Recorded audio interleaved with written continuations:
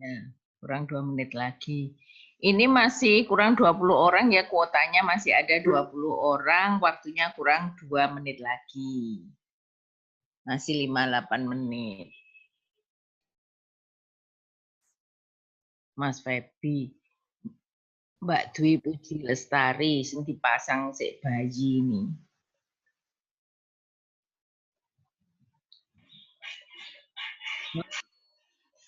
Baik ya, Pak, profil Mbak. Nah ini juga masuk di nongkrong neng opo itu. Baik, monggo kita mulai ya. Assalamualaikum.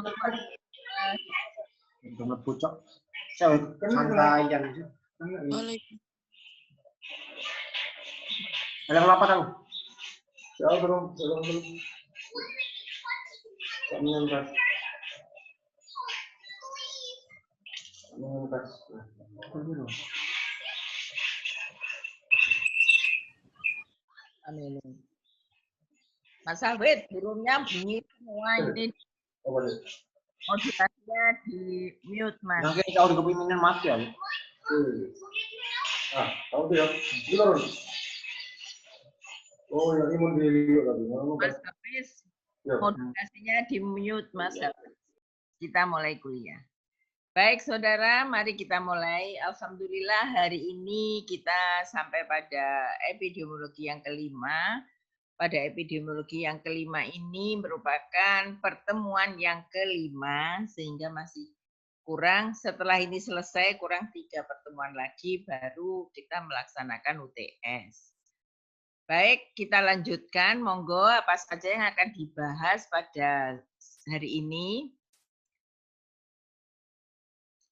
Ada 2 pokok bahasan dan ada beberapa sub pokok bahasan. Pada pokok bahasan pertama ada data epidemiologis. Nah, data epidemiologis ini ada 6 sub pokok bahasan. Yang pertama adalah sumber data. Kemudian yang kedua adalah info dasar epidemiologi tentang penyakit. Jadi ada informasi dasar dari epidemiologi tentang penyakit. Kemudian masalah data epidemiologis, lalu jenis data epidemiologis, baru keberadaan data epidemiologis, dan yang terakhir adalah kesulitan identifikasi penyakit. Ini untuk data epidemiologi, jadi pokok bahasan pertama dengan 6 sub pokok bahasan. Kemudian pada pokok bahasan yang kedua, lanjut, kita sampai pada ukuran epidemiologis. Pada ukuran epidemiologis ini juga terdapat 6 sub pokok bahasan. Nanti saudara akan paham tentang incidence rate, prevalence rate, attack rate, proportional distribution, mortality rate, dan rasio. Jadi ada ukuran-ukuran epidemiologis. Apa sih bedanya incidence, apa sih bedanya prevalence, nanti akan kita bahas di sini. Lanjut Mbak Dia. Kita sampai pada pokok bahasan yang pertama, yaitu sumber data yang di sini. Waduh, ini kok nggak kelihatan, ketutup dengan ini ya Mbak ya. Minta tolong dinaikkan yang kiri nih, slide yang kecil itu dinaikkan aja. Slide yang kiri. Ini ketutup sama ini, ketutup sama. Nah, ini juga sama, masih ketutup dengan profilnya teman-teman semua. Maksud saya seperti ini aja, tapi yang kiri dinaik. Seperti ini, nanti yang naik yang sebelah kiri aja. Dan diklik nanti yang sebelah, soalnya makin ke sana saya nggak bisa baca. Baik, kita bicara mengenai data epidemiologis dimulai dengan sumber data. Atau barangkali ini ya Mbak, yang slide-nya dikecilkan. Itu mungkin sudah 100%, kita kecilkan aja menjadi 70% coba. Ini 70%. 70%. Oh, teman-teman lain sudah bisa buka slide-nya masing-masing ya. Sampun Ibu. Nah, monggo dikerjakan lagi Mbak. Coba supaya saya bisa. Ini 60 lagi Bu. Oke, wes segini aja. Ini 50 ya? 57. Ya. Baik. Kita lanjut. Pada sumber data ada beberapa yang dikatakan sumber data. Jadi berbagai jenis data dapat diperoleh dari berbagai sumber. Salah satunya data kependudukan. Pada data kependudukan kita tahu ada yang dikatakan sensus penduduk. Kalau sensus penduduk durasinya 10 tahun sekali. Nah, kemarin itu pada saat 2010 kita ada sensus penduduk. 2020 pertengahan kemarin sayangnya ini ya pas ada COVID itu kira-kira bulan April atau Mei gitu ada sensus penduduk yang hanya dikonfirmasi saja apakah betul namanya ini dan sebagainya. Dan kita mendaftarnya pakai online. Nah, itu nanti datanya akan keluar sekitar tahun 2021. Karena masih memerlukan rekapitulasi, analisis, dan sebagainya. Jadi sensus penduduk akan dilakukan 10 tahunan yang terakhir adalah sensus penduduk 2020 yang baru saja dilaksanakan. Kemudian selain itu ada yang dikatakan SUPAS. Jadi SUPAS ini survei penduduk antar sensus. Antara sensus yang satu dengan sensus yang kedua yang durasinya 10 tahunan, itu ada pertengahannya dilakukan survei, tapi tidak mencakup seluruhnya. Apa beda sensus dengan survei? Kalau sensus seluruh individu dijadikan responden. Di Indonesia itu punya 240 apa 250 jutaan penduduk. Itu semua akan didata satu persatu. Termasuk kalau itu bayi, orang tuanya juga didata sekalian. Anaknya berapa, usianya berapa. Jadi yang kecil-kecil masih bayi pun juga sudah terrecord oleh petugas sensus. Nah, sekarang ini justru yang dimanfaatkan oleh Biro Pusat Statistik adalah data KK. Jadi kartu keluarga. Di sana akan kelihatan kakak itu berapa anggota keluarga yang ada di situ, usianya berapa, laki perempuannya berapa. Itu akan bisa direkap, kemudian status akan dilengkapi dengan status-status dari penduduk. Artinya karakteristik individunya. Selain alamat, nama, kemudian jenis kelamin, maka di sini akan status perkawinan dan sebagainya. Akan ada di situ semua. Itu yang dikatakan dengan sensus penduduk. Seluruh penduduk didata. Tetapi pada saat kita bicara survei penduduk antar sensus, pada pertengahan antara sensus dan sensus yang lainnya, maka di sini dilakukan survei. Kalau survei yang didata bukan seluruh penduduk, tapi dilakukan secara sampling. Nanti kalau saudara statistik sudah dapat belum? Belum. Belum, Bu. Nah, nanti kalau pada saat mendapatkan statistik akan tahu bedanya populasi dan sampel.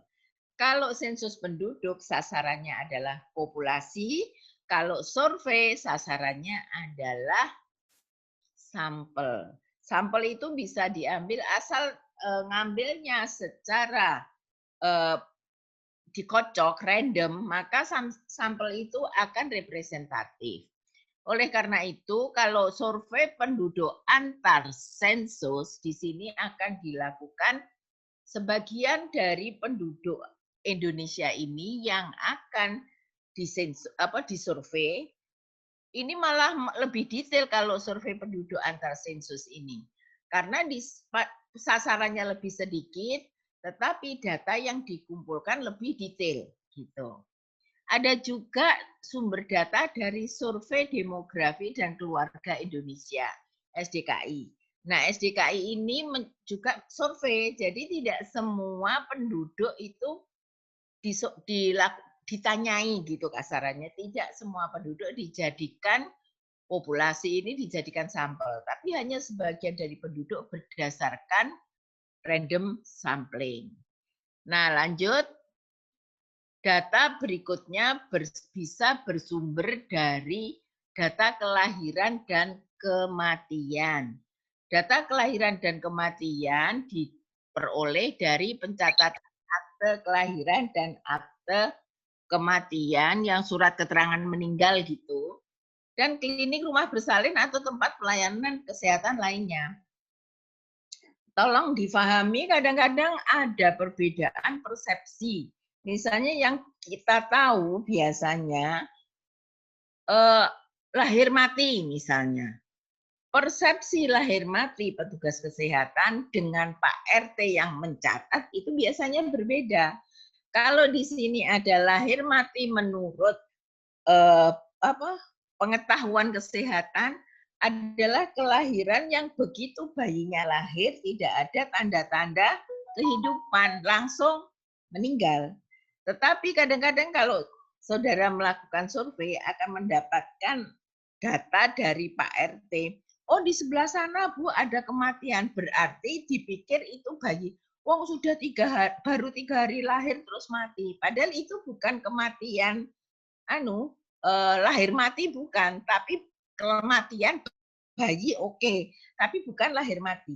Yang dikatakan lahir mati begitu lahir tidak ada tanda-tanda kehidupan.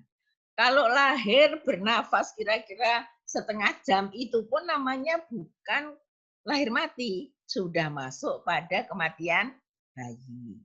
Paham ya?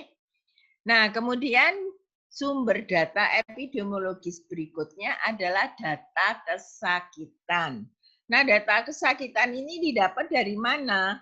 Bisa didapatkan dari rekam medik rumah sakit. Berarti kita datang ke rumah sakit, minta izin kepada pimpinan rumah sakit, lalu kita mendatangi rekam medik, mendata. Kira-kira bulan ini penyakit ini berapa, bulan ini penyakit ini berapa, itu bisa kita lihat di rekam medik. Kemudian juga di praktek dokter swasta. Ini yang paling sulit kalau kita datang pada dokter praktek swasta, ini kadang-kadang mereka tidak mencatat, sehingga kan ada praktek dokter yang ada yang membantu, misalnya perawat ada yang membantu, lalu punya administrasi. Nah, di situ biasanya ada statusnya dokter praktek swasta.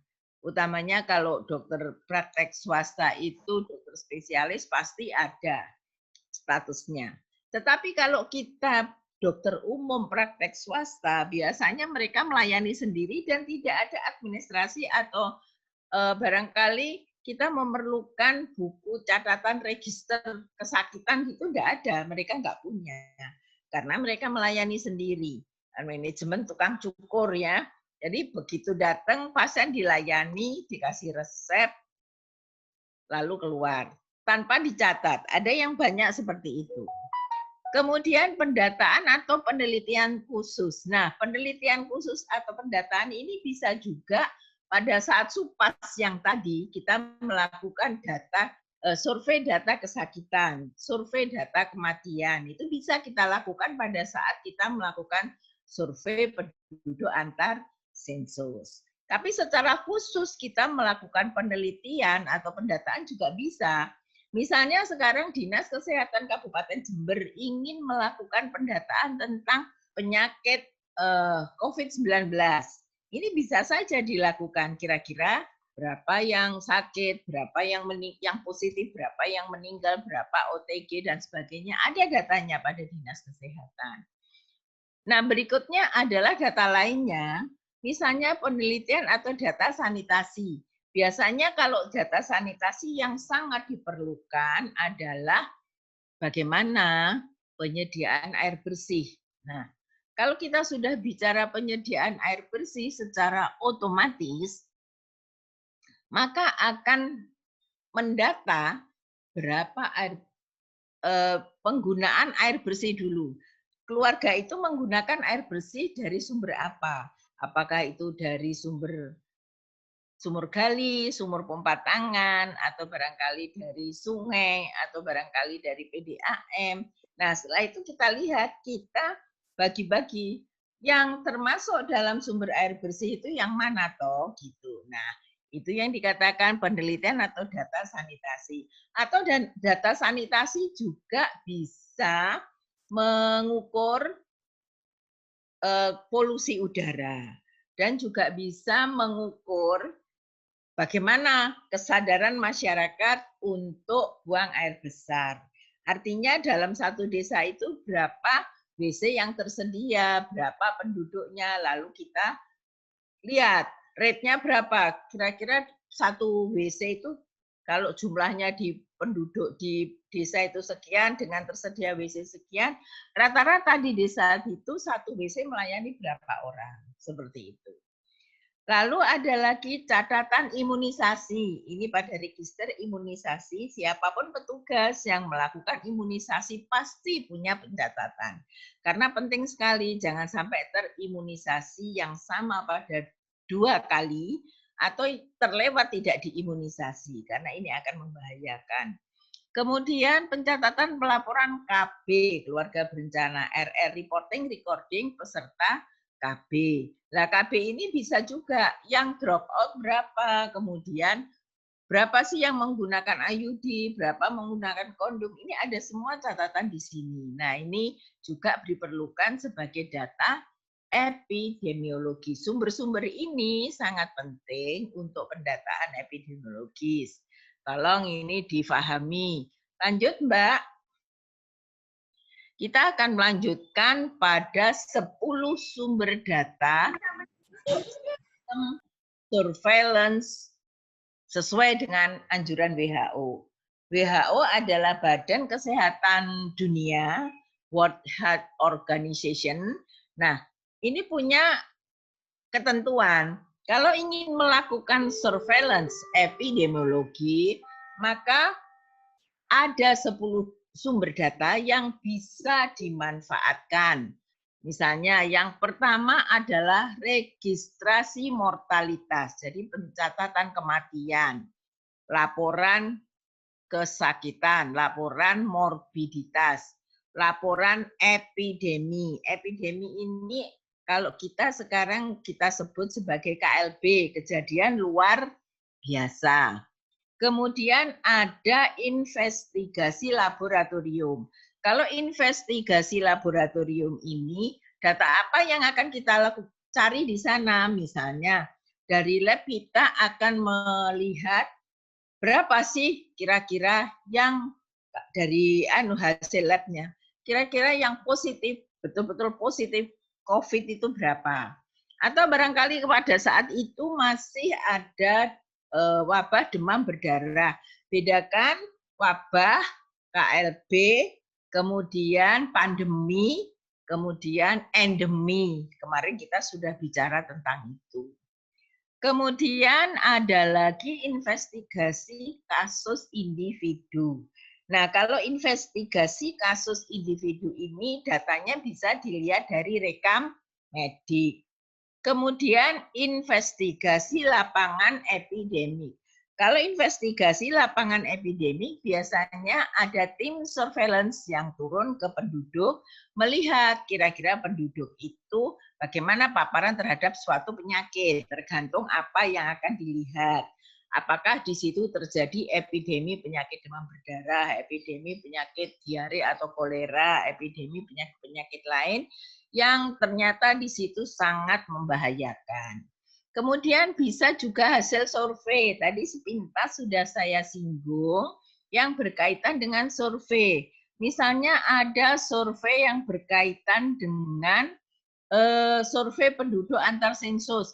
Pada survei penduduk antar sensus, di sini bukan melihat jumlah penduduk atau karakteristik penduduknya saja, tetapi pada survei penduduk antar sensus ini juga bisa dilihat status imunisasi bayi, terus kemudian status berat badan, penimbangan, dan sebagainya ada di dalam survei SUPAS, bisa dilakukan pada saat SUPAS atau SDKI. Nah, kemudian ada juga studi reservoir binatang dan distribusi vektor. Kalau kita bicara studi reservoir binatang, berarti kita akan melihat yang menjadi reservoir suatu penyakit itu apa saja. Misalnya kalau kita rabies. Rabies itu salah satu reservoirnya adalah anjing. Jadi yang dikatakan reservoir itu siklus kehidupan dari kuman penyakit itu harus ada di situ. Jadi yang dikatakan rabies harus hidup dulu di dalam tubuhnya anjing. Nah, anjing itu nanti kalau sudah menggigit manusia, anjing itu akan mati. Nah, kumannya pindah ke manusia. Nah, ini yang mesti diperhatikan. Nanti kalau manusia ini digigit lagi oleh anjing yang sehat, maka kuman yang ada di manusia akan berkembang lagi di tubuhnya anjing. Itu nanti menggigit lagi. Nah, begitu seterusnya. Nah, kalau kondisinya seperti itu, maka pada saat survei reservoir binatang ini atau distribusi vektor, ini penting sekali diteliti kira-kira penyakit ini yang menjadi reservoirnya binatang apa, yang menjadi vektornya binatang apa dulu. Misalnya, kalau demam berdarah, vektornya adalah Aedes aegypti. Sorry, aku tak nyalakan.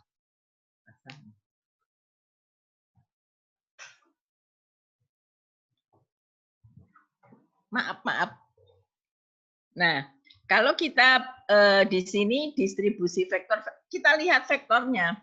Harus tahu persis vektor ini kira-kira jalan kemana saja. Kalau vektor itu, misalnya, kalau vektor ini biasa hidupnya jam 9 atau jam 10 pagi, maka yang harus diwaspadai adalah jam 9 sampai jam 10 pagi itu jangan sampai tergigit oleh Aedes aegypti misalnya, seperti itu sebagai contoh aja. Kemudian bagaimana distribusinya? Nah, yang harus difahami, kadang pada daerah endemis, vektor ini selalu saja ada, tapi belum tentu ada pada daerah tertentu yang di situ memang tidak ada kasusnya. Sebagai contoh, pada saat saya masih di Dinas Kesehatan, ada yang namanya pemberantasan penyakit malaria. Pada saat pemberantasan penyakit malaria itu, ternyata seluruh kabupaten dan kota mendapatkan jatah atau mendapatkan anggaran untuk melakukan pemberantasan penyakit malaria. Tetapi ternyata tidak semua bisa memanfaatkan dana yang tersedia. Karena di daerah itu memang tidak ada ini. Memang tidak ada penyakit malarianya. Nah, oleh karena itu sekarang programnya yang mendapatkan anggaran untuk pemberantasan penyakit malaria hanya dilihat dari daerah-daerah yang endemis malaria, termasuk Jember. Jember ini menjadi daerah endemis malaria karena kita punya kantong-kantong penyakit malaria. Misalnya kalau saudara pernah ke pantai selatannya Jember, misalnya kalau kita ke daerah Tempurjo agak ke sana itu apa namanya? Di sana itu memang betul-betul menjadi daerah endemis malaria karena di situ ada laguna-laguna yang tidak akan pernah habis. Kenapa begitu? Karena laguna-laguna yang ada itu biasanya setiap ada banjir rob dari laut, maka akan meninggalkan cekungan, airnya tertinggal di cekungan-cekungan. Nah, ini yang bisa digunakan sebagai perindukan dari nyamuk Anopheles.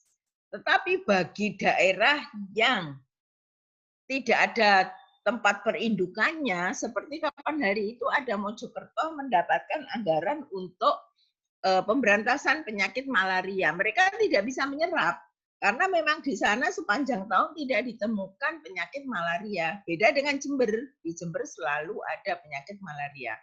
Oleh karenanya, pada studi reservoir binatang dan distribusi vektor, harus betul-betul difahami. Sebetulnya yang menjadi daerah endemis yang mana? Karena nanti keuangan yang dana yang disebar untuk pemberantasan penyakit malaria malah nggak menemui sasaran gitu. Nah, kemudian penggunaan biologik dan obat. Nah, ini ada hal-hal tertentu kalau kita menggunakan biologik artinya menggunakan makhluk hidup sebagai alat untuk memberantas penyakit. Apakah ada? Ada. Saya contohkan malaria itu. Malaria di daerah selatan, aduh lupa namanya itu, di daerah mana itu, di Jember itu. Karena ada laguna-laguna, maka laguna itu disebari ikan kepala, bandi alit, sorry. Ya. Barangkali saudara ada yang tahu bandi alit, hati-hati kalau ke sana, karena di sana full malaria. Karenanya di Bandi Alit ini ada laguna-laguna yang di sana harus diwaspadai. Nah, sekarang kalau kita menggunakan biologik, apa yang harus digunakan untuk memberantas malaria? Pada laguna-laguna itu disebari ikan kepala timah. Ikan kepala timah itu memang dikembangbiakkan, memang dia pemakan jentik dari Aedes aegypti, Anopheles. Nah, dari sini diharapkan dengan penyebaran ikan kepala timah ini, di sana tidak bisa berkembang Anopheles itu sehingga malarianya tidak berkembang. Karena vektor dari malaria adalah Anopheles. Tapi ternyata ikan kepala timah ini juga akan hilang semua kalau ada banjir rob lagi. Jadi katut banjirnya, lari lagi ke laut. Maka laguna-lagunanya perlu disebar lagi dengan ikan kepala timah dan seterusnya. Sehingga supaya gampang, kadang-kadang laguna yang ada di sana itu di oiling, disebari minyak tanah. Nah, sekarang saya tidak tahu, tidak ada minyak tanah, terus bagaimana? Dan ini penggunaan obat. Obat tentunya dengan indikasi tertentu baru bisa diberikan obat. Lalu pengetahuan populasi dan lingkungan. Ini penting sekali. Menurut WHO, pengetahuan populasi dengan sifat-sifat khasnya, mulai dari dia dari ras apa, kulit apa, umurnya berapa, itu harus difahami. Kemudian lingkungannya, apakah dia di daerah perkotaan, daerah pedesaan, apa daerah pantai, daerah gunung, dan sebagainya, ini juga harus diperhatikan. Lanjut Mbak Diah. Selain itu, ada data sistem surveillance juga dapat diperoleh dari statistik rumah sakit dan tempat perawatan lainnya. Nah, tempat perawatan lainnya itu bisa juga kalau FKTP, kalau sekarang FKTP fasilitas kesehatan tingkat pertama, bisa klinik pratama, bisa juga puskesmas. Sekarang ada klinik pratama dengan adanya BPJS yang bisa diartikan dalam tanda petik puskesmas swasta. Kemudian pencatatan dokter praktek swasta tadi sudah disebutkan ya. Ini akan agak sulit kalau dokternya tidak punya register kesakitan. Register data kesakitan. Kemudian laporan laboratorium kesehatan masyarakat. Bedakan laboratorium kesehatan masyarakat dengan laboratorium klinik.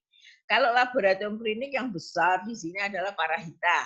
Tetapi kalau laboratorium kesehatan masyarakat ada Labkesda, Laboratorium Kesehatan Daerah miliknya Dinas Kesehatan yang ada di Jalan Dewi Sartika di depannya SMP 1.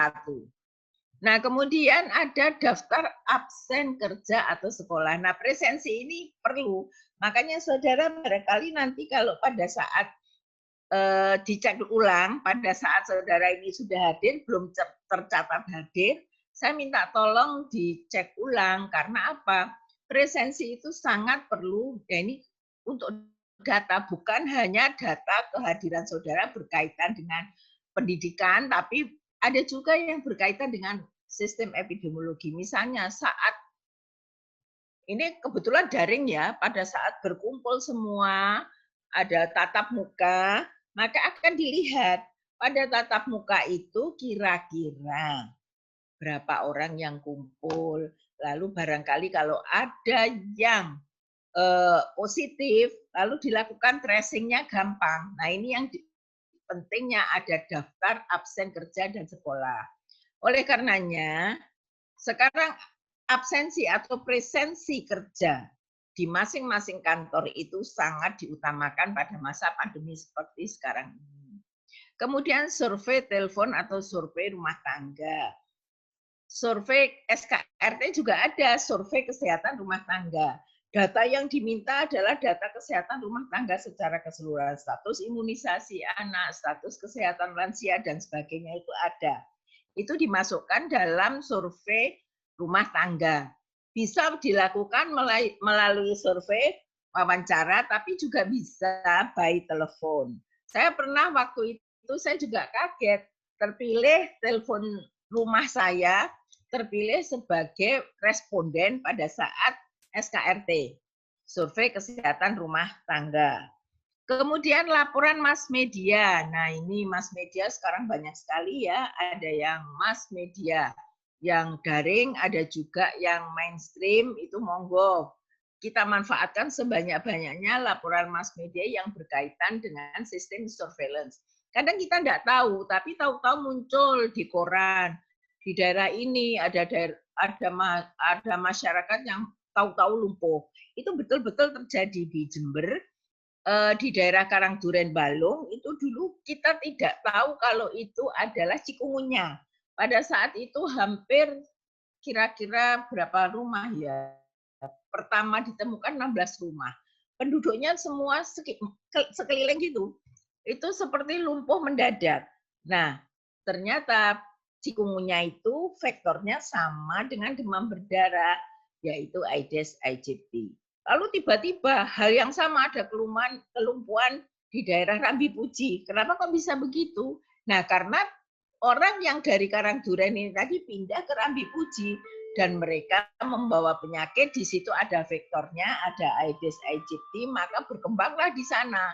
Nah, seperti itu yang terjadi.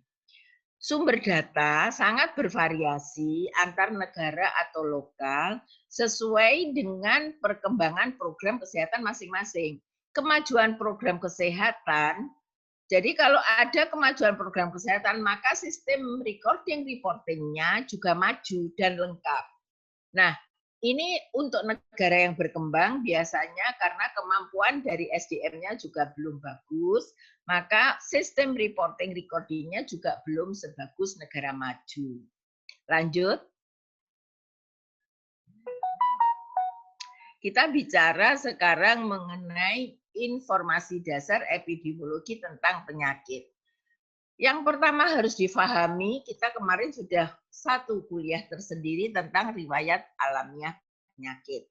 Nah, sekarang kita akan data yang harus kita dapatkan pada setiap penderita atau setiap klien, setiap pasien yang datang ke fasilitas pelayanan kesehatan adalah kita melihat riwayat alamiah pada masing-masing individu yang sakit yang datang ke FKTP maupun FKTL tadi.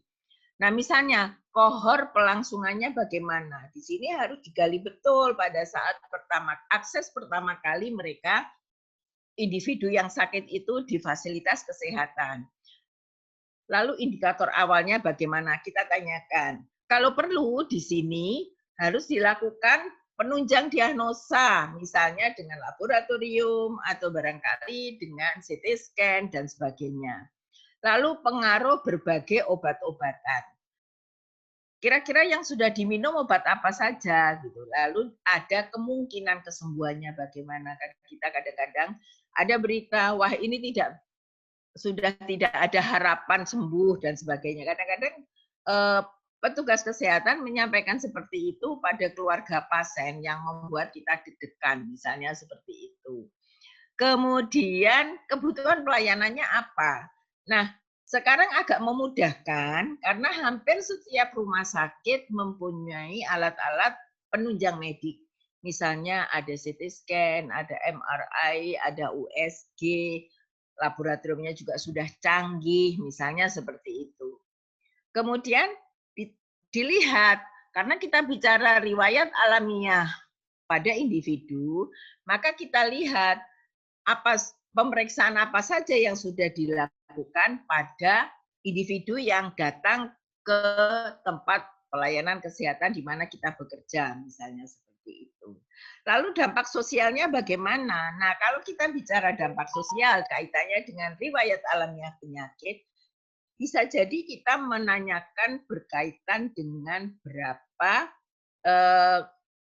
kehilangan pendapatannya. Jadi yang kehilangan pendapatan misalnya pasiennya biasanya bekerja jualan bakso, lalu opname seminggu, berapa dia kehilangan? Ini dampak sosial loh, karena kalau kehilangan pendapatan, kehilangan pekerjaan karena sakit, efeknya pada anak-anaknya, bagaimana makannya. Lalu juga efeknya ada lagi, bagaimana kondisi perekonomian keluarganya. Karena apa? Kalau ada salah satu keluarga yang sakit, uang itu yang keluar bukan untuk pengobatan si sakit sendiri. Bisa jadi uang yang keluar itu untuk penunggunya. Wirawiri kan mesti jalan ke sana kemari. Nah, wirawirinya itu habis berapa? Lalu kalau nunggu di rumah sakit atau nunggu yang opname, nunggu yang sakit, berapa biaya makannya? Berapa biaya wirawirinya? Kalau nunggu di situ, bagaimana kondisi kesehatan yang bersangkutan. Nah, ini yang disebut dengan dampak sosial kaitan dengan riwayat alamiah pada individu. Yang sakit satu, tapi biayanya banyak sekali yang harus dikeluarkan. Misalnya, memang yang sakit cuma satu, tapi yang nunggu 2 orang. Berarti harus membiayai makannya 2 orang itu tadi, selain biaya yang digunakan untuk yang sakit itu saja. Kemudian info yang harus diketahui berkaitan, info dasar epidemiologi yang berkaitan tentang penyakit yang harus diketahui lagi adalah etiologi penyakit. Faktor penyebab khusus dari penyakit itu apa? Faktor risiko lainnya bagaimana? Ini harus diketahui. Jadi harus jelas, sebetulnya penyakit dengan seperti misalnya ada sesak napas, lalu kok ada mual dan sebagainya. Nah, ini faktor penyebab khususnya apa? Bisa jadi COVID, bisa jadi penyakit yang lainnya. Nah, faktor risikonya apa? Ini juga harus difahami. Kalau dia seorang yang lansia, kemudian sakit seperti itu, faktor risikonya bagaimana? Ya, risiko kematiannya tentunya lebih besar gitu loh. Apalagi kalau yang sakit sudah tua dengan komorbid atau penyakit penyerta, dengan lalu terinfeksi COVID, maka akan lebih parah lagi. Nah, seperti itu. Jadi etiologi penyakit, faktor penyebab khusus dari penyakit itu harus diketahui. Lalu faktor risikonya bagaimana. Kemudian perkembangan di komunitas. Kalau kita perkembangan di komunitas, kita harus melihat kecenderungan menurut waktu. Jadi kira-kira kalau musim penghujan seperti ini pada bulan November, Desember, penyakit demam berdarah itu bagaimana? Nah, ini akan berkembang di komunitas loh. Makin padat penduduknya pada musim seperti ini, maka akan lebih cepat berkembang demam berdarah.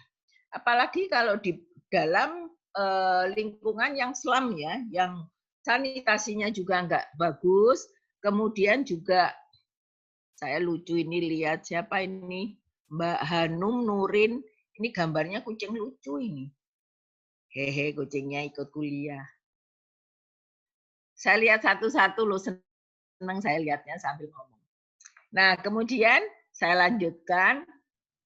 Mbak Hanum, ini kok gambar kucing? Orangnya mana ini? Gak ikut kali. Wah, malah hilang. Bu, mohon maaf HP-nya saya ceket, Bu. Tapi bukan kucing kan yang ikut kuliah. Apa cara?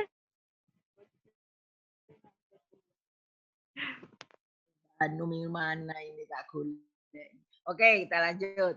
Ada perkembangan kecenderungan menurut waktu, variasi menurut umur. Nah, ini harus kita lihat kira-kira yang banyak terkena pada usia berapa.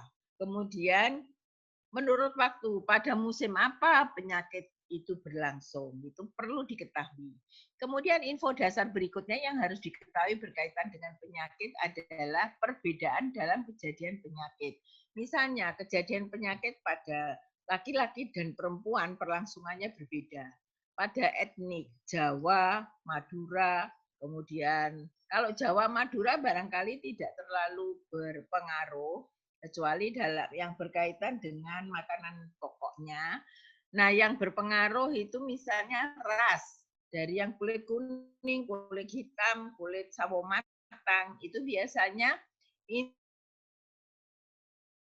pengaruh pada suatu penyakit. Ada pekerjaan. Pekerjaan itu resiko pekerjaan sangat berpengaruh pada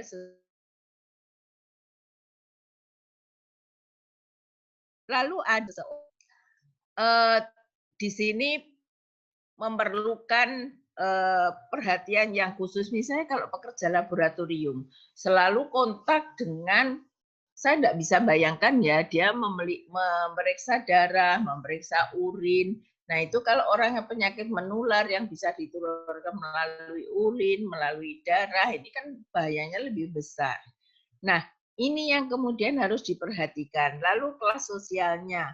Pada kelas sosial yang tinggi biasanya mereka rajin melakukan pemeriksaan. Jadi kalau sakit dari awal sudah ketahuan.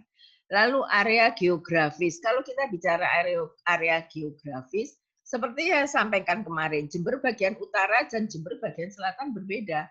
Kalau Jember bagian utara itu lebih banyak, harusnya lebih banyak gondok endemik.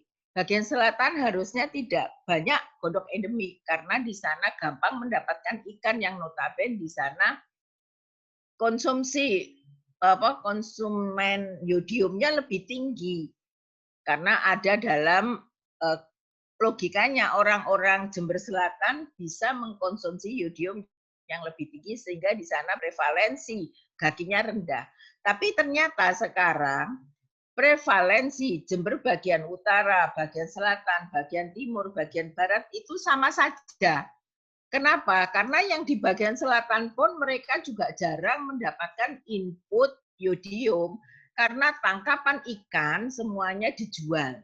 Sehingga yang terjadi tangkapan ikan itu tidak dimakan oleh yang nangkep, tidak dimakan oleh nelayan, tidak dijual antar penduduk, tapi dijual di daerah lain. Misalnya seperti itu. Kemudian kemungkinan pencegahan. Kegiatan khusus dilawankan dengan faktor kausa, faktor penyebab. Kalau pencegahan melalui kegiatan khusus bisa dilakukan dengan imunisasi misalnya. Itu kegiatan khusus ya, spesifik untuk vaksinasi itu ada kita memproteksi dengan khusus. Itu namanya kegiatan khusus, itu adalah kita melakukan vaksinasi. Lalu kalau faktor kausa, jadi kita pencegahan kemungkinan penyebabnya apa? Kita memotong rantai penularannya bagaimana? Seperti itu. Lalu kegiatan umum terhadap faktor risiko lain. Jadi kegiatan apa saja supaya penyakit yang diderita itu tidak menimbulkan risiko. Lalu pengaruh pelayanan kesehatan ini sangat menurut Hendrik L. Bloom bahwa pelayanan kesehatan ini punya pengaruh terkecil kedua. Yang paling kecil adalah herediter. Pengaruh keturunan terhadap sakitnya, timbulnya kesakitan seseorang itu prosentasenya paling kecil. Yang kedua adalah pelayanan kesehatan. Yang ketiga adalah kalau kita bicara berkaitan dengan perilaku, yang terakhir lingkungan. Nah, pengaruh paling besar ternyata dari lingkungan. Kemudian dampak kebijakan kesehatan ini, dampak kebijakan kesehatan itu bagaimana? Kalau pengelola kesehatan tidak memperhatikan ini akan bahaya. Apalagi sekarang modelnya bupati kan apalagi calon-calon bupati yang sekarang sedang di mana-mana daerah akan ada pilkada. Biasanya kesehatan dijadikan komoditi. Tapi setelah terpilih, bidang kesehatan tidak terpikirkan. Banyaknya seperti itu. Oh, nanti akan dilakukan misalnya pembangunan polindes di daerah ini. Tapi begitu dia terpilih menjadi pimpinan daerah, dilupakan. Padahal masyarakat di situ membutuhkan pondok bersalin, misalnya seperti itu. Lanjut, Mbak. Sekarang masalah data epidemiologis. Masalah data tidak hanya menyangkut bagaimana mendapat data, tapi juga data yang diperoleh belum tentu sesuai dengan yang diperlukan. Nah, data yang tersedia di puskesmas kadang-kadang tidak sesuai dengan apa yang diperlukan oleh pusat maupun provinsi maupun kabupaten sendiri. Atau bahkan kadang-kadang ada penelitian yang dilakukan oleh Kementerian Kesehatan, tetapi datanya di puskesmas ternyata tidak tersedia. Sama aja dengan akreditasi sekarang. Akreditasi puskesmas, kalau kita bicara nanti berkaitan dengan manajemen mutu, data harus komplit. Nah, ini datanya tidak tersedia di puskesmas. Bagaimana kita bisa melakukan penilaian seperti itu? Kemudian selain itu ada lagi masalah bagaimana membaca dan menginterpretasikan serta menyebarluaskan data. Ini tergantung dari kapabilitas dari masing-masing petugas kesehatan. Setelah kita dapatkan data, bisa nggak membacanya, bisa nggak menginterpretasikannya. Setelah terkumpul, sudah dianalisis, bagaimana kita menyebarluaskan hasil analisis data, hasil interpretasi data yang kita dapatkan. Kemungkinan kesulitan dalam menghadapi data adalah yang pertama, kesulitan memperoleh data yang diinginkan. Tadi yang pertama kali kita sebutkan di atas bahwa tidak semua data yang kita perlukan, yang kita inginkan tersedia. Atau ada data yang tersedia tapi tidak sesuai dengan yang kita perlukan. Oleh karenanya, ada beberapa kesulitan untuk memperoleh data yang diinginkan. Ini penting. Kemudian, ketidaklengkapan data. Ini paling sering dijumpai di puskesmas maupun di rumah sakit adalah ketidaklengkapan data. Data bagaimana yang lengkap? Data yang lengkap ya data, misalnya data kematian itu harus jelas. Penyebab kematiannya apa, kapan matinya, kemudian bagaimana penanganannya, dan sebagainya. Kemudian ketidakserasian data dari berbagai sumber. Ini bisa disebabkan karena ada beberapa hal, misalnya seperti tadi, pengetahuan yang mengumpulkan data berbeda-beda. Bayi mati antara petugas kesehatan dengan Pak RT, Pak RW itu berbeda pengertiannya. Oleh karenanya datanya akan berbeda. Menurut Pak RT, bayi mati, bayi lahir mati, jadi bukan bayi mati, bayi lahir mati di wilayah Pak RT itu ada 6 misalnya. Ya kaget semua petugas kesehatan, mosok bayi lahir mati, stillbirth, kok sekian banyak. Nah, setelah ditelusur ternyata persepsi petugas kesehatan sesuai dengan pengetahuannya dengan persepsinya Pak RT itu berbeda. Karena kalau menurut kesehatan yang dikatakan bayi mati adalah bayi yang lahir sudah tidak ada tanda-tanda kehidupan. Tetapi Pak RT bilang, loh di sini baru lahir juga terus mati kok. Padahal ada jeda di situ, barangkali bisa bernafas 1 hari, 2 hari, atau bahkan hanya beberapa jam. Tapi itu tidak termasuk lahir mati kalau seperti itu. Karena pada saat lahir masih ada tanda-tanda kehidupan. Kemudian berikutnya, kemungkinan bias. Ada kesalahan. Nah ini, kesalahan di dalam pencatatan, kemudian kesalahan di dalam pelaporan. Biasanya kalau ada kesalahan di dalam pencatatan, karena kesalahan persepsi, karena kesalahan pengetahuan. Artinya yang mencatat tidak kapabel, tidak mengerti apa yang dicatat. Jadi kemungkinan terjadi bias atau ada kesalahan. Lalu pola penyakit. ini sulit mendapatkan kasus misalnya. Ya jelas akan, kalau kita bicara pola penyakit, maka akan kesulitan kita mendapatkan kasus. Kalau tidak difahami betul, penyakit apa yang kita cari. Kalau sekarang misalnya yang kita cari adalah penyakit COVID. Nah, COVID itu yang mencari paham apa tidak. Bagaimana gejala penyakitnya, bagaimana perlangsungan penyakitnya. Itu harus difahami oleh yang nyari data. Lah, kalau yang nyari data itu tidak paham kan tambah repot ini. Karena kita harus mempelajari pola penyakit. Oh, pola penyakit ini penularannya dari orang ke orang. Oh, pola penyakit ini penularannya satu sumber pada seluruh terkena sekian orang. Misalnya seperti itu. Seperti keracunan itu. Pada saat keracunan itu akan terjadi penyebab tunggal. Jadi yang menyebabkan keracunan satu, kemudian di sekitarnya terkena. Misalnya pada saat pesta. Pada saat pesta terjadi penyebaran penyakit. Nah, terjadi keracunan. Pada saat terjadi keracunan, maka orang akan, siapapun yang makan makanan yang mengandung racun itu tadi, pasti ada gejala keracunan atau bahkan sudah positif dia keracunan.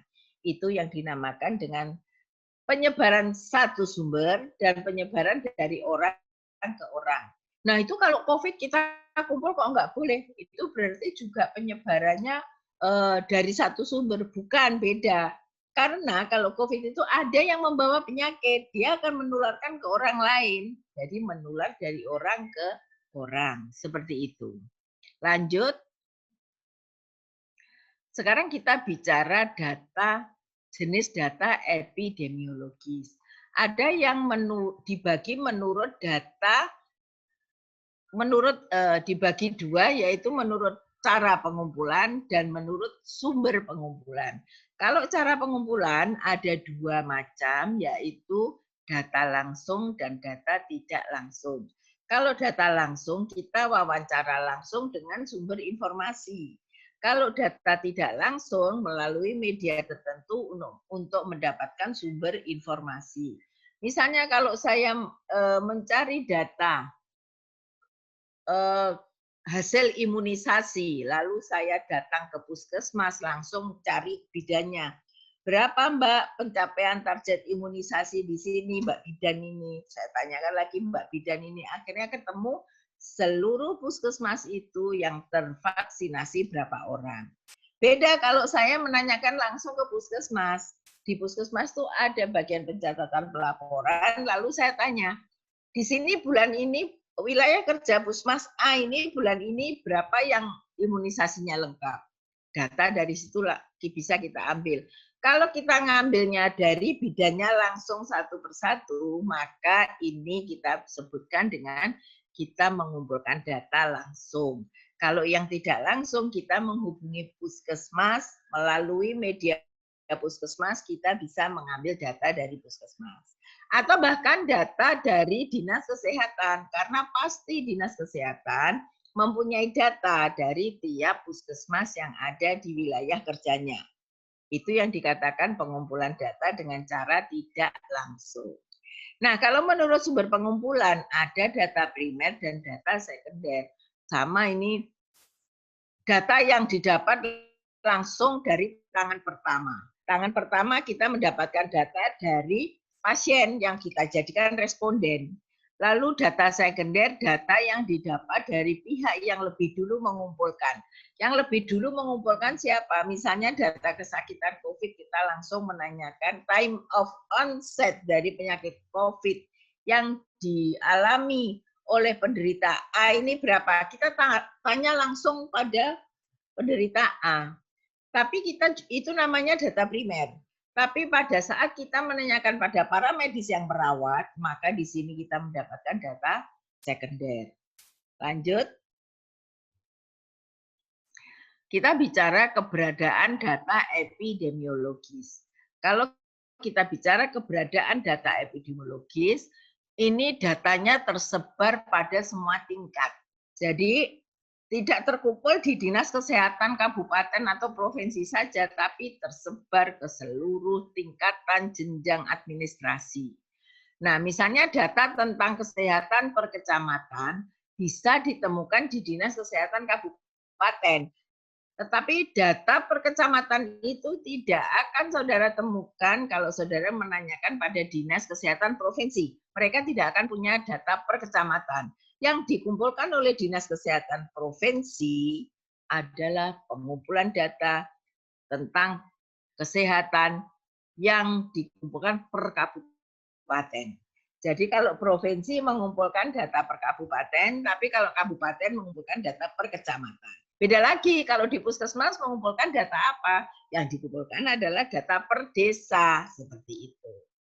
Oleh karenanya, data epidemiologis kesehatan menurut keberadaannya digolongkan atas.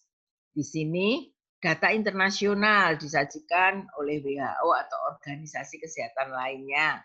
Organisasi kesehatan dunia misalnya WHO, World Health Assembly, atau World Health Organization. Lalu data nasional sumber utamanya pada Kementerian Kesehatan Republik Indonesia. Data provinsi akan disajikan oleh Dinas Kesehatan Provinsi. Ini biasanya terdistribusi tiap kabupaten. Lalu data kabupaten atau kota biasanya didapat dari Dinas Kesehatan Kabupaten atau kota. Biasanya isinya distribusi penyakit berdasarkan kecamatan. Lalu data kecamatan atau desa bisa didapat di puskesmas atau puskesmas pembantu. Jadi ini jenjang administrasi untuk pemerintahan di daerah itu digunakan untuk jenjang administrasi pencarian data kesehatan berdasarkan levelnya, berdasarkan tingkatannya.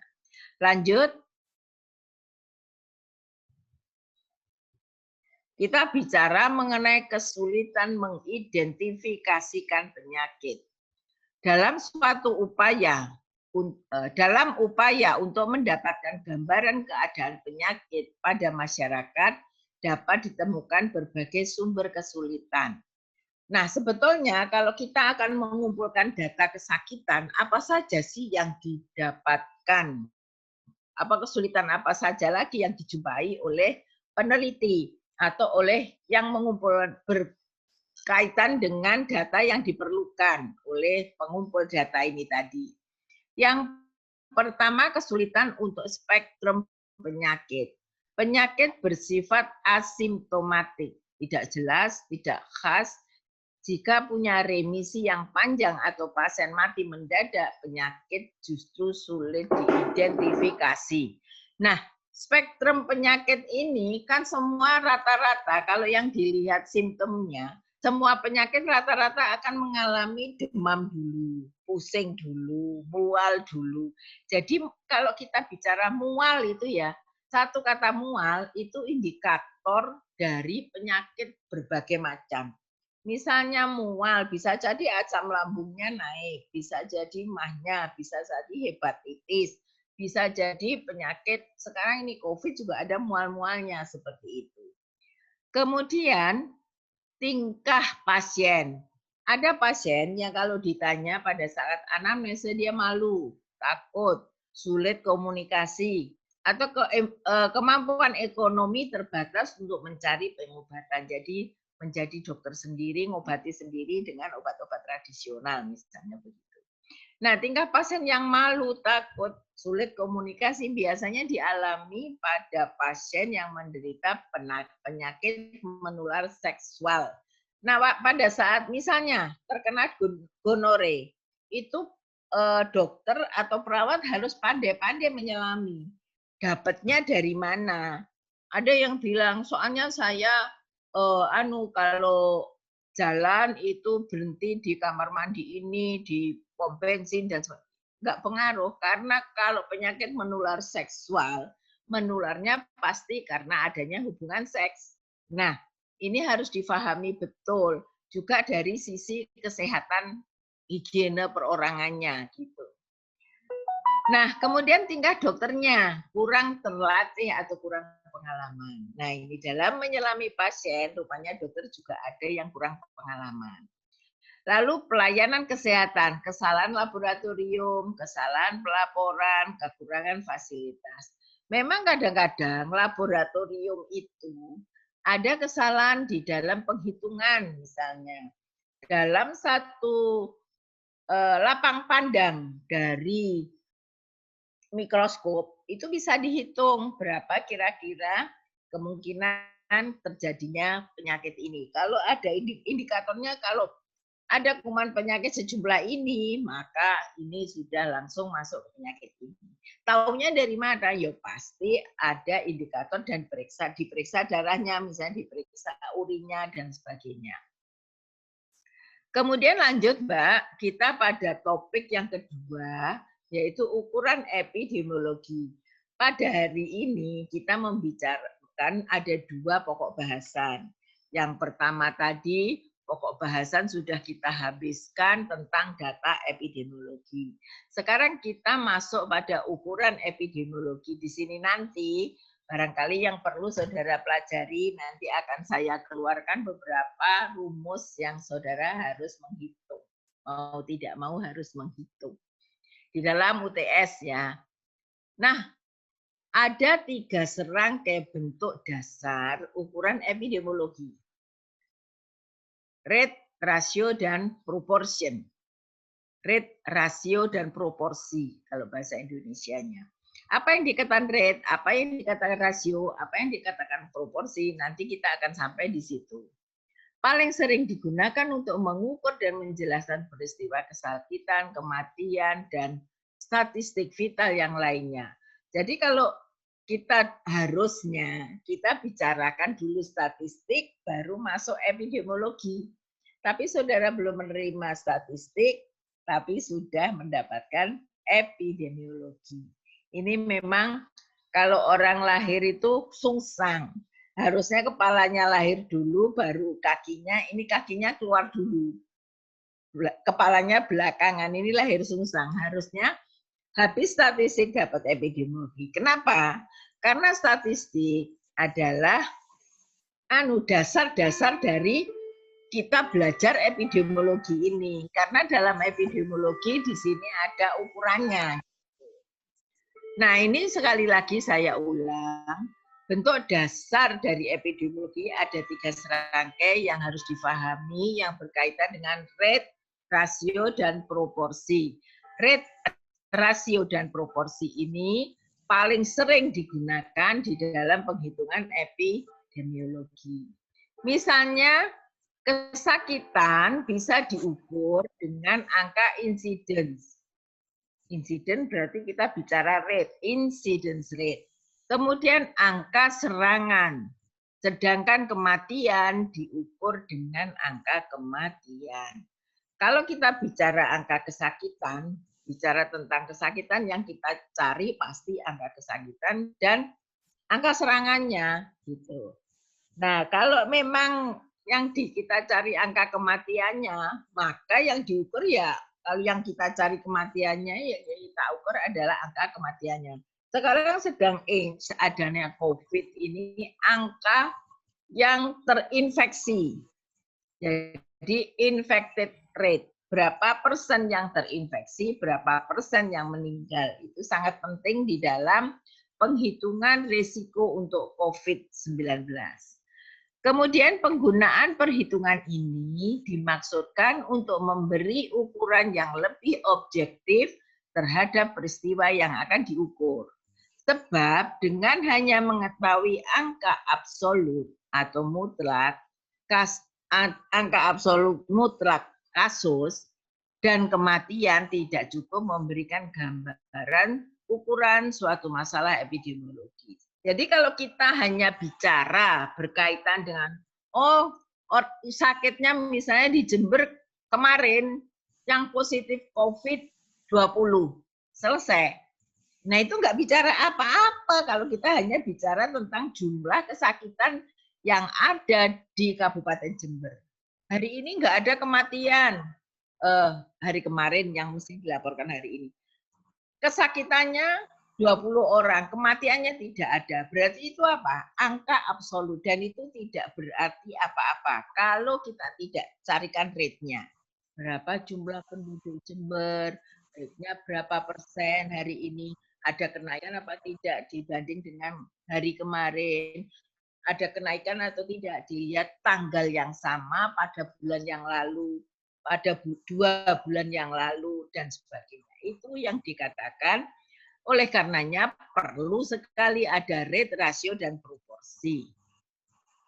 Terlebih jika dimaksudkan untuk menentukan peluang atau risiko infeksi atau kematian anggota populasi. Jadi kalau kita melihat angka infeksi dari penyakit COVID itu masih tinggi, berarti kans untuk penyebaran penyakit ini masih tinggi. Kalau angka infeksinya tinggi, berarti kemungkinan masyarakat yang terkena COVID juga makin tinggi. Seperti itu. Nah, kemudian di sini rate yang lebih tepat dipakai. Makanya di sini ada rate, rasio, dan proporsi yang harus saudara perhatikan nanti. Lanjut, Mbak. Kita sampai pada slide ke-14. Nah, ini kita lihat bagaimana sih rate itu. Kalau ada pembilang dan penyebut, jadi ada rate itu adalah pembilang itu yang di atas ini merupakan bagian dari penyebut. Jadi A, rumus umumnya A dibagi A plus B. Ini yang dikatakan dengan rate. Misalnya, incidence rate. Hari ini kasus yang bertambah berapa? Kasus yang bertambah adalah 20. Lalu dibagi B. B-nya apa? B-nya adalah berapa yang sudah penduduk yang teresiko. Maka penduduk yang teresiko itu pasti termasuk orang yang sudah ditemukan ini positif tadi. Jadi A bagi seluruh penduduk yang teresiko tadi. Tidak ada yang A dibagi B. Kalau A dibagi B berarti B bukan A bukan merupakan bagian dari B. Tapi kalau rate, A merupakan bagian dari B. Jadi A pembilang bukan merupakan bagian B. Pembilang merupakan bagian dari penyebutnya. Tapi kalau rasio, pembilang bukan bagian dari penyebutnya. Saudara harus ingat, yang di atas inilah yang dikatakan penyebut. Pembilang. Yang di bawah adalah penyebut. Nominator, denominator. Jadi nominator bukan bagian dari denominator. Itu rate. Kuali. Nominator merupakan bagian dari denominator. Kalau nominator bukan bagian dari denominator, ini yang dikatakan rasio. Contohnya, proporsi rasio antara laki-laki dan perempuan. Berarti kita membandingkan berapa jumlah laki-laki, berapa jumlah perempuan. Dan ini menurut hukum rumus, laki-laki harus menjadi pembilangnya. Jumlah penduduk laki-laki dibanding jumlah penduduk perempuan disebut sebagai rasio laki-laki dan perempuan. Kemudian proporsi. Proporsi A ditambah B jumlahnya laki-laki dan perempuan jumlahnya sama dengan 100. Kalau seandainya laki-lakinya A ini 30%, B-nya ini adalah populasinya 100, A-nya laki-laki jumlahnya 30 orang, perempuan jumlahnya 70 orang. Berarti proporsi itu laki-laki ditambah perempuan jumlahnya adalah 100. Nah, 100 ini sama dengan 100%. Oleh karenanya, kalau proporsi sudah diketahui salah satu siapa jumlahnya, maka yang lain tinggal mengurangi 100% dikurangi yang itu berapa. Jadi proporsi A plus B sama dengan 100%. Kalau yang diketahui B 30%, maka A tinggal mengurangi 100% dikurangi 30%. Seperti itu yang dikatakan proporsi. Kalau rasio nominator bukan bagian dari denominator. Kalau rate nominator merupakan bagian dari denominator. Seperti itu. Lanjut.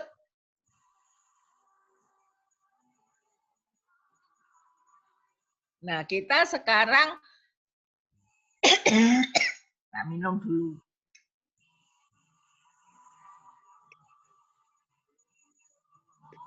Kita bicara mengenai incidence rate. Kalau kita bicara incidence rate, maka kita akan melihat rumusnya bahwa jumlah kasus baru yang terjadi di kalangan penduduk selama periode waktu tertentu. Rumusnya jumlah kasus baru suatu penyakit selama periode tertentu, misalnya selama 1 bulan, bulan September, jumlah kasus baru penyakit COVID-19 bulan September dibagi populasi yang mempunyai risiko siapa? Jumlah penduduk Kabupaten Jember selama bulan September. Periodenya harus sama dikalikan 1000. Maka akan ketemu di sini incidence rate. Paham ini ya? Jadi ini kasus baru. Kasus yang diketemukan baru. Insiden selalu bicara dengan kasus baru. Jumlah kasus baru suatu penyakit selama suatu periode dibagi populasi yang mempunyai risiko sakit yang sama pada periode yang sama dikalikan 1000. Itu rumus incidence. Lanjut, Mbak. Kemudian Bentar Ibu, dicatat dulu Bu, bentar. tet. Tak baleni ya. Iya Bu. Kalau kita bicara incidence rate, kita selalu bicara kasus baru. Nah, rumusnya adalah jumlah kasus baru suatu penyakit selama periode tertentu dibagi populasi yang mempunyai risiko terkena penyakit yang di atas tadi pada periode yang sama. Kalau periodenya bulan September, ya bulan September. Saya contohkan, kasus baru penyakit COVID selama bulan September jumlahnya berapa? Dibagi populasi yang mempunyai risiko penyakit COVID. Siapa? Ya seluruh penduduk. Kalau kita bicara satu lokasi Jember, jumlah kasus baru penyakit COVID selama bulan September di Kabupaten Jember jumlahnya adalah misalnya 200. Lalu populasi yang mempunyai risiko pada risiko penyakit COVID pada bulan September itu jumlah penduduknya Jember berapa? Lalu dikalikan 1000. Itu yang dikatakan dengan incidence rate. Jadi kalau saudara mendapatkan data, wah bulan kemarin datanya positif COVID 200. Kalau hanya situs data jumlah absolut seperti itu enggak ada artinya. Harus dicari rate-nya. Nah, lanjut ya. Iya Bu. Oh, lanjut. Mbak Dia. Ini sebagai contoh ya. Selama tahun 2009 dilaporkan terdapat 510 kasus penyakit diare. Jadi ini kita bicara penyakit diare, kasusnya selama 2009 adalah 510 kasus penyakit diare. Ini periode waktunya tahun ya, bukan bulan, tahun 2009. Kemudian berapa penduduk di kota itu adalah 520.000. Lalu berapa incidence rate per 1000 penduduk pada kota tersebut selama tahun 2009? Cara menghitungnya, jumlah kasus yang sakit, yang dilaporkan sakit kan ini ada 510. Dibagi dengan population at risk. population at risk atau penduduk yang beresiko adalah jumlah penduduk yang ada di situ, di kota itu. Misalnya di sini penduduknya jumlahnya 520. Maka 510 kasus yang diare tadi dibagi jumlah penduduknya dikalikan 1000. Karena yang kita di sini permintaan rate-nya per 1000. Maka dikalikan 1000 jadi ketemu 0,879 per 1000. Ini insidennya. Catatan, untuk penyakit akut, misalnya influenza, penentuan insiden rate tidak sulit. Karena waktu terjadinya dapat diketahui dengan pasti. Tetapi untuk penyakit yang timbulnya tidak jelas, waktu ditegakkan diagnosis itu berarti adalah waktu mulai sakit. Mulai diketahui penyakitnya. Jadi kalau flu, mulai orang kelihatan flu, sudah kelihatan, oh ini flu. Coba kalau saudara ditanya, bagaimana penyakit kusta? Apakah tahu? Enggak tahu. Jadi penyakit kusta baru dihitung setelah orang itu positif dinyatakan kusta. Setelah didiagnosis pasti bahwa dia sakit kusta baru dihitung seperti itu. Lanjut. Untuk incidence rate selalu dinyatakan dalam hubungan dengan periode waktu tertentu, bisa bulan, tahun, dan sebagainya. Tadi contohnya kalau COVID, saya contohkan bulan September. Kalau diare tadi, saya contohkan dengan tahun 2009. Bila penduduk dalam ancaman penyakit untuk waktu terbatas, bisa jadi pada saat epidemi ini kejadian luar biasa, maka periode terjadinya kasus baru sama dengan periode epidemi. Jadi kita menghitungnya pada saat epidemi itu berapa, sama dengan COVID sekarang ini. Ini adalah pandemi. Kalau pandemi mengenai seluruh negara, masing-masing negara menghitung kasusnya sendiri-sendiri. Sejak ditemukan kasus pertama sampai sekarang, Indonesia berapa kasus COVID-nya? Nah, itu berarti yang dihitung kasus barunya sejak timbulnya pertama sampai dengan periode sekarang ini kan masih masa pandemi. Kalau nanti berakhir, maka kita akan mendapatkan data. Selama pandemi, berapa sih yang positif penyakit COVID? Nah, itu bisa dihitung sejak mulai timbulnya kasus COVID sampai berakhirnya pandemi. Jadi kasus barunya dihitung sesuai dengan periode pandemi. Mudah-mudahan di sini saudara paham. Kemudian dalam praktek epidemiologi, incidence rate pada umumnya dipakai untuk mengukur frekuensi penyakit yang dialami sekelompok masyarakat. Jadi bukan individu ya, sekelompok masyarakat. Bila incidence pada sekelompok masyarakat lebih tinggi daripada kelompok yang lain, maka kelompok tersebut mempunyai risiko lebih tinggi untuk terinfeksi penyakit tersebut. Contohnya saja bagaimana? Kita lihat antara Jember dengan Surabaya. Nah, di Surabaya. Iya, ini.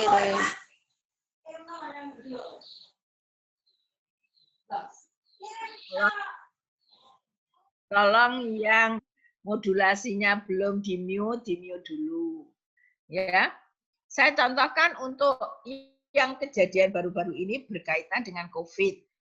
Antara Surabaya dan Jember lebih berisiko mana? Tentunya penularannya lebih kemungkinan terinfeksinya lebih banyak terjadi pada penduduk Surabaya daripada penduduk Jember. Kenapa demikian?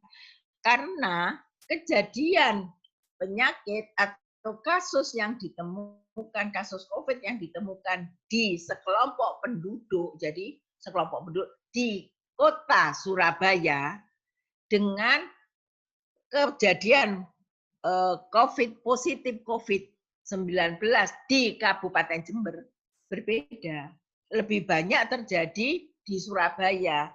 Oleh karenanya bisa disebut bahwa di Surabaya mempunyai risiko lebih tinggi untuk terinfeksi penyakit tersebut.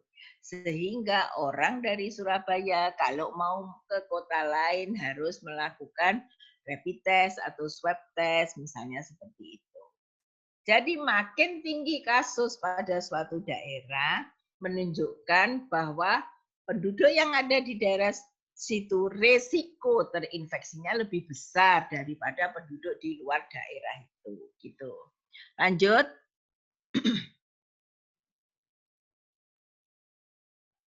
Yang dinamakan sekelompok masyarakat, tadi kan sekelompok masyarakat, bisa jadi sekelompok masyarakat menurut sensus. Kalau sensus kan populasi secara keseluruhan.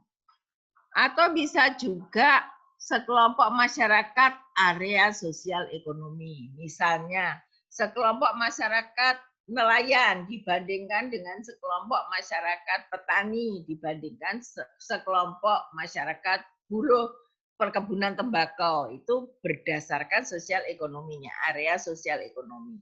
Kalau kita bicara GAKI, gangguan akibat kekurangan yodium, sekelompok penduduk nelayan dengan sekelompok penduduk petani dengan sekelompok penduduk buruh perkebunan, tinggi mana? Harusnya sekelompok penduduk nelayan itu harusnya lebih rendah karena pada nelayan dengan tangkapan ikan yang sekian banyak, yang notabene yang dikatakan ikan itu yodiumnya tinggi, maka akan terjadi yodium itu dimakan oleh yang bersangkutan yang tangkapannya tinggi tadi, maka akan mengurangi GAKI. Tapi karena tangkapan nelayan, tangkapan ikan nelayan, bukan tangkapan nelayannya ya, tangkapan ikan nelayan itu lebih banyak dijual daripada dimakan sendiri, yang dimakan yang sudah bosok-bosok, yang dijemur. Maka yang terjadi adalah daerah nelayan pun punya resiko yang sama tingginya dengan apa? Dengan kelompok yang di Surabaya, Jember bagian utara seperti itu. Lalu sekelompok bisa jadi dibagi sekelompok masyarakat pedesaan dan perkotaan. Kemudian ada lagi sekelompok wilayah, misalnya negara, provinsi, kabupaten, kecamatan, desa. Seperti tadi COVID, resiko sekelompok masyarakat yang ada di Surabaya berbeda dengan di Jember karena kasus yang terjadi di Surabaya lebih banyak daripada kasus yang terjadi di Jember. Misalnya seperti itu.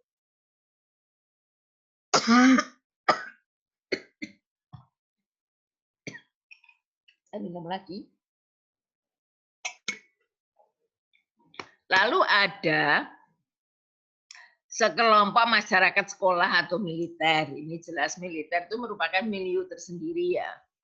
Kemudian kelompok masyarakat tersebut mempunyai karakteristik. Masing-masing kelompok punya karakteristik. Jadi kalau karakteristik dari responden, kita harus melihat umur, ras, jenis kelamin, jenis pekerjaan, alamat, dan sebagainya.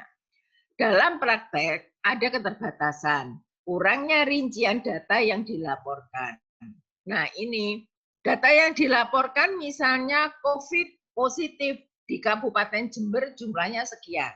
Tidak dirinci, terdapat di kecamatan mana saja. Di Kecamatan Sumbersari ketemu 4 misalnya. Ada rinciannya per kecamatan.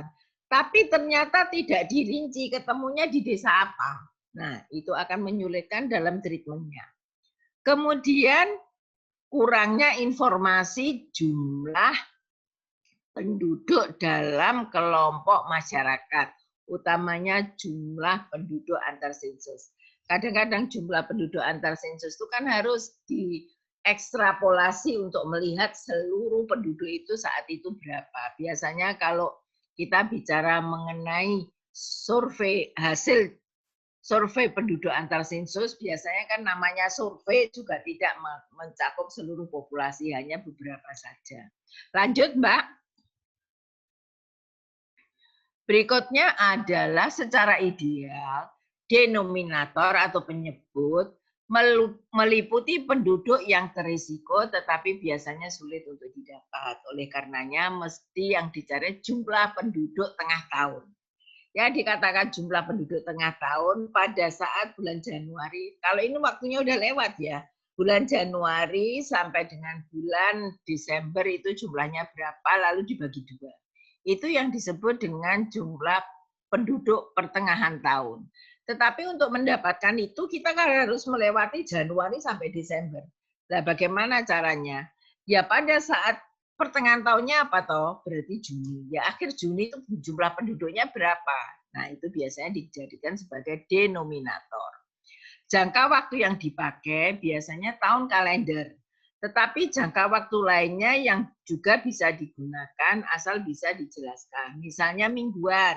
Kalau minggu berarti kan 1 minggu kan 7 hari. Atau barangkali bisa selain bulanan, semesteran. Kalau semester 6 bulan sekali. Atau triwulan. Triwulan itu 3 bulan sekali. Kemudian sering dikacaukan dengan prevalence rate. Nah ini nanti saya keluarkan ini di ujian.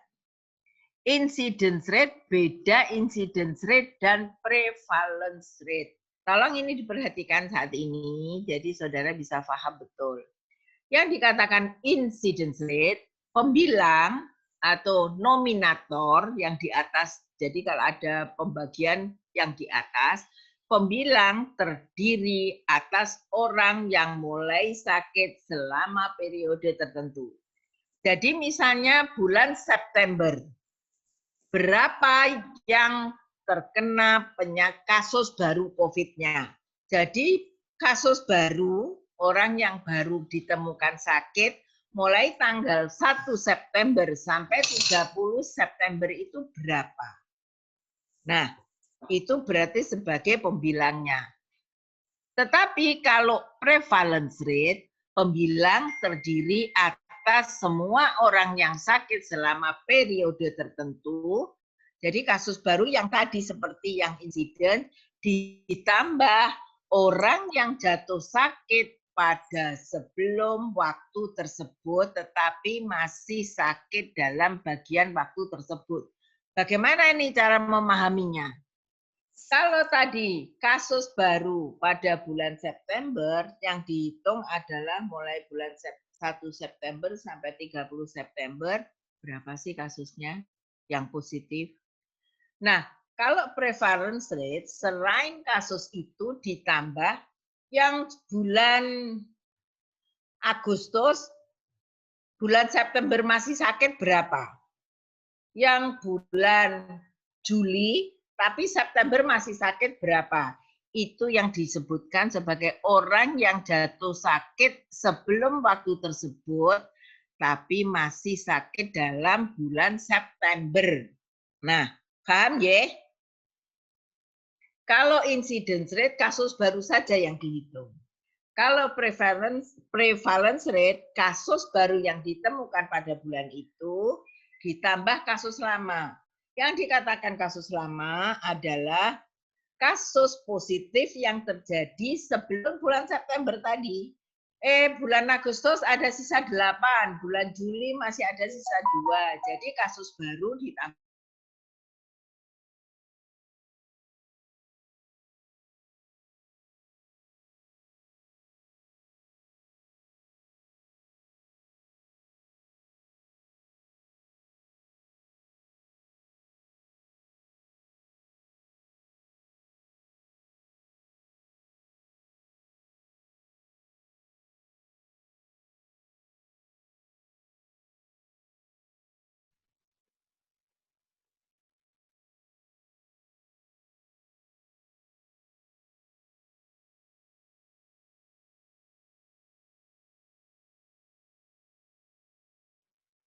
Mboten wonten sonten Ibu.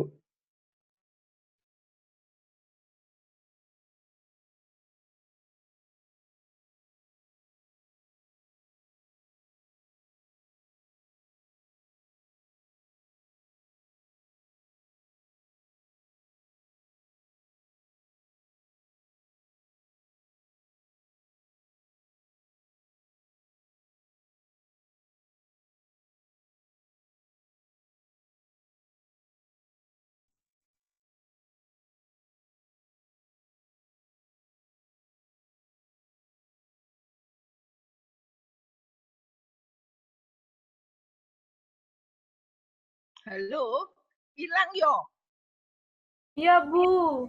Iya, Bu. Bu. Semua ya? Boten, Bu. Hah? Boten. Berarti aku hilang yo. Aku yo sing hilang. Nggih. Oke, monggo kita lanjut. Ini saya mau ngetik. Kalau saya lapor saya kok hilang dewi.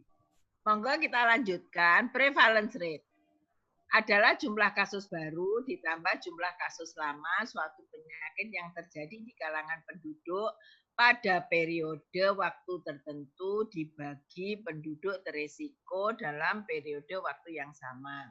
Jadi tadi sudah ya.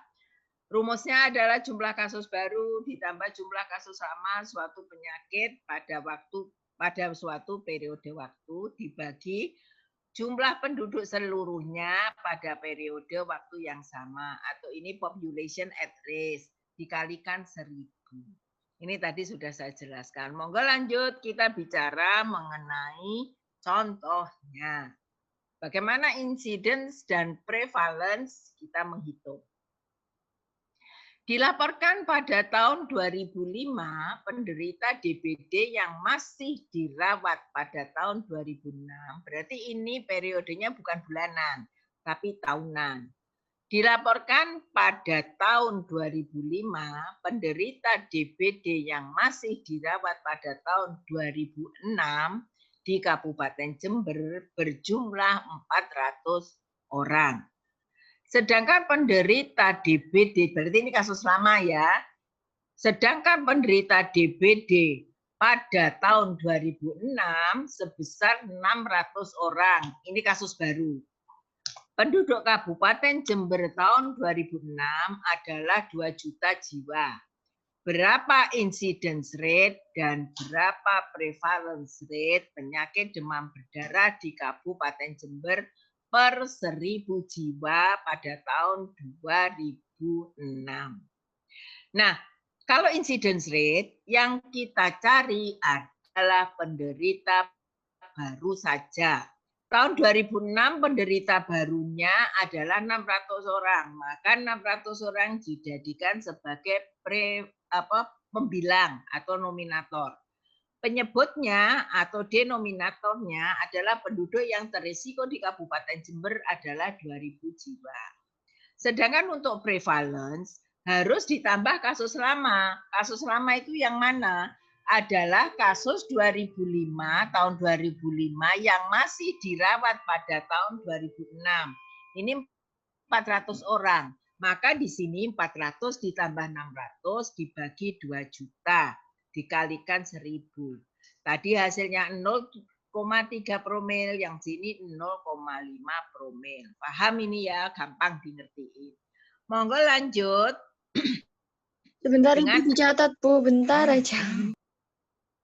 Oke, nanti kalau kurang dilanjutkan besok enggak apa-apa, waktunya tinggal 10 menit lagi enggak apa-apa, monggo tak baleni ya.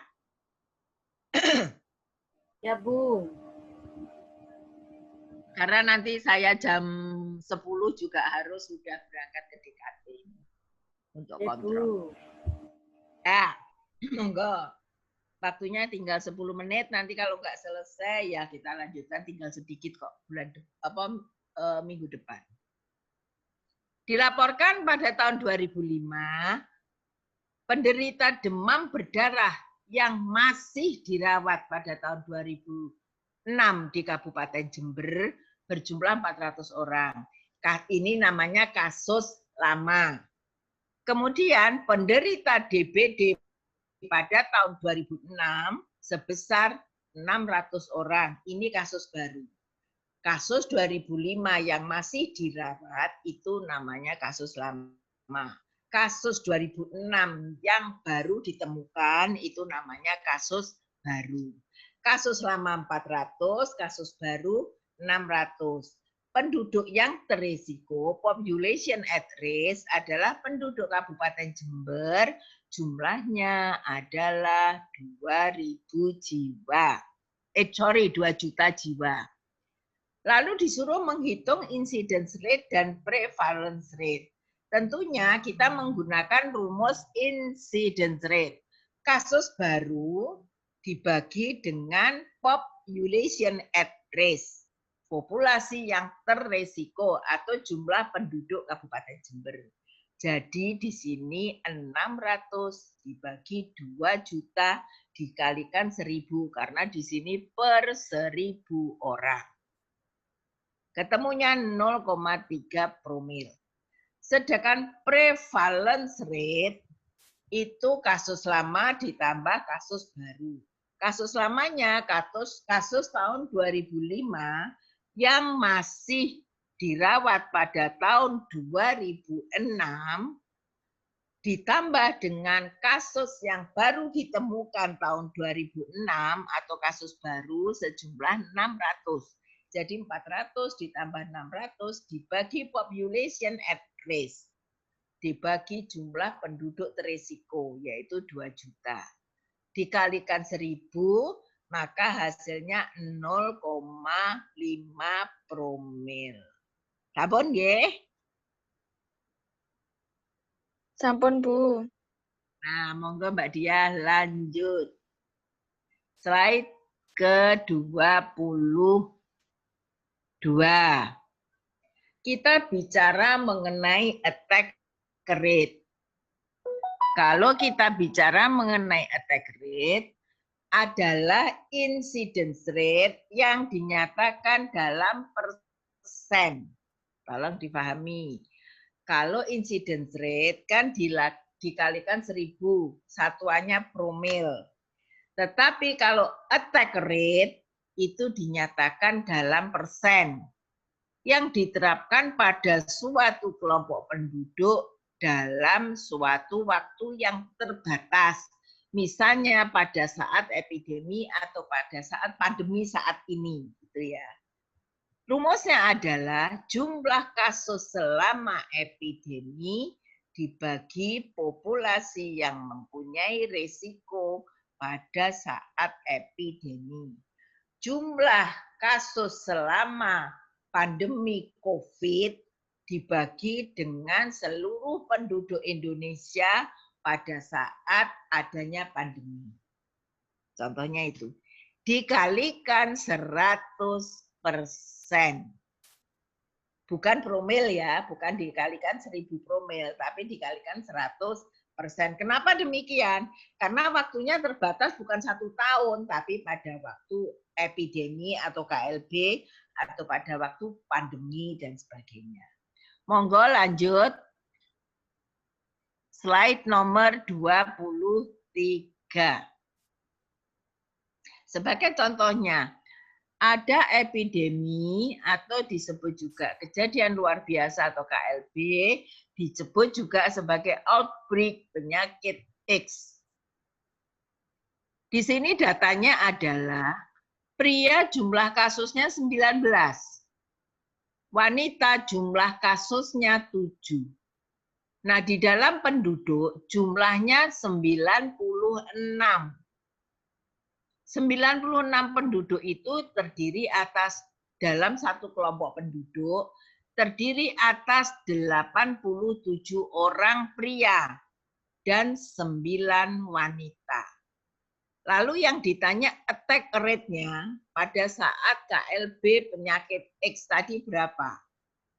Nah, kita akan melihat attack rate pria berarti 19 jumlah kasus dibagi jumlah yang teresiko ya yang jenis kelaminnya sama, yaitu 87.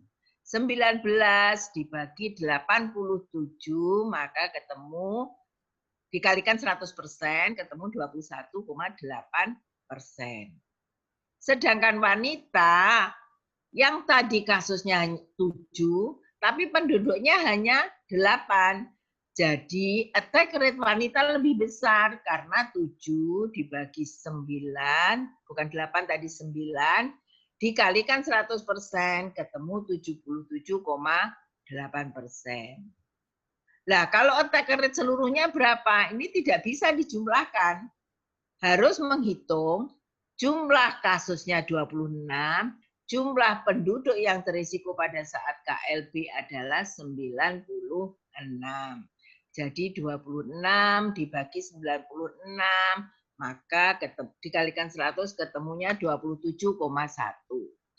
Saya contohkan yang jelas pada saat pandemi ini, misalnya dalam pabrik rokok. Pabrik rokok terjadi kasus. Kasusnya 26. Pabrik rokok tersebut mempunyai karyawan 96. Terdiri atas prianya 87 dan wanitanya 9.